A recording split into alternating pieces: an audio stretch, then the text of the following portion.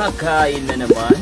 Yes! Dahil gutom na gutom tayo, napasugod nga ako dito sa Mandaluyong City para tikman ang kanilang shawarma na kung saan guys is napakasulit sa murang halaga, is sulit na sulit daw ang kanilang shawarma. Kung nakikrave nga kayo sa shawarma guys, this place is perfect for you dahil sa kanilang mga product na ino-offer. So ito yung meat na ginagamit sa kanilang shawarma. Nakita nyo naman, napakagaling na naghahalo. Sino kaya ito? Siyempre ako yan. Mekos-mekos natin yan mga insan. At ito guys ang kanilang large shawarma rice na nagkakalaga lamang ng 85 pesos. Ito yung kanilang teriyaki at barbecue gagawin nila guys. Okay? Napakasulit sa murang halaga. Next nila ang kanilang sauce silog na nagkakalaga ng 85 pesos. Napakamura guys, okay? Shawarma na may rice na may itlog.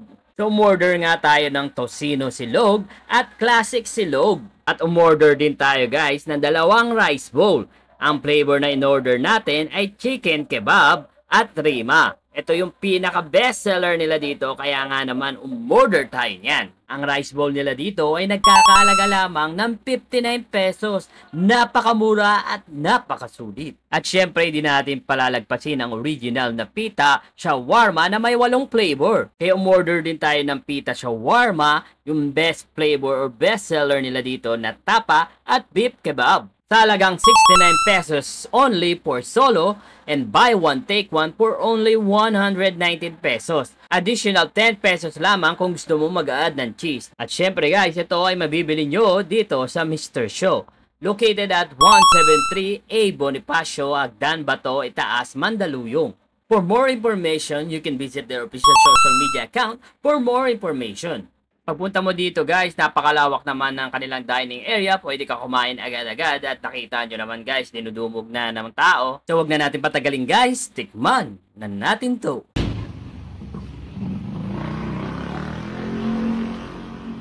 Nalo.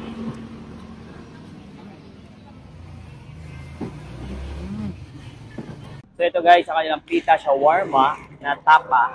So titikman natin yung kanilang tapa guys. So ayan. Napakalaki. Ayan. Napakalaki yung ano nila guys. Sulit na sulit kayo dito. So, titikman natin ngayon yung kanilang tapa na pita.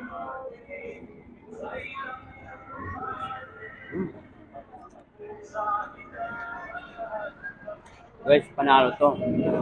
Compare sa mga ibang shawarma na tikman natin guys. Malaman. Saka hindi tinipid. Panalo. Barbecue shawarma rice, large to guys. Ayan, titingnan natin. So makikita natin kanin pa lang guys, panalo. Kanin. Tingnan natin kanin. Panalo yung kanin nila, kanin pa lang yun ha.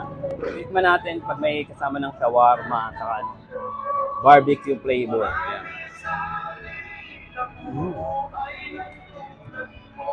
Panalo to guys. Sulit, hindi tinipid, overload. Ayan o. Overload ka naman. Ayan o.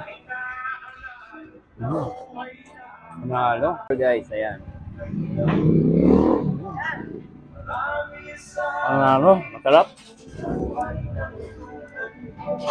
Guys, panalo to, mabubusog ka dito. Ang dami.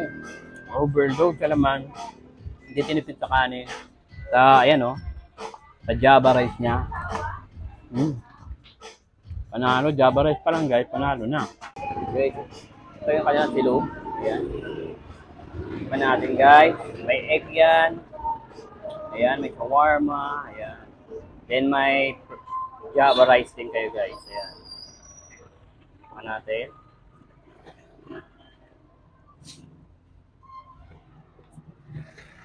With egg, ayan. With egg.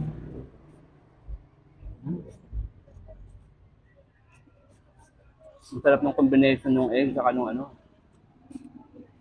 rice with shawarma. Panalo to. Panalo.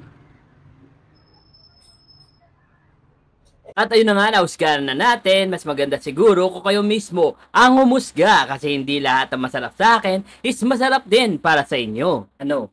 Hanggang nood na lang ba kayo? Titikim na yan.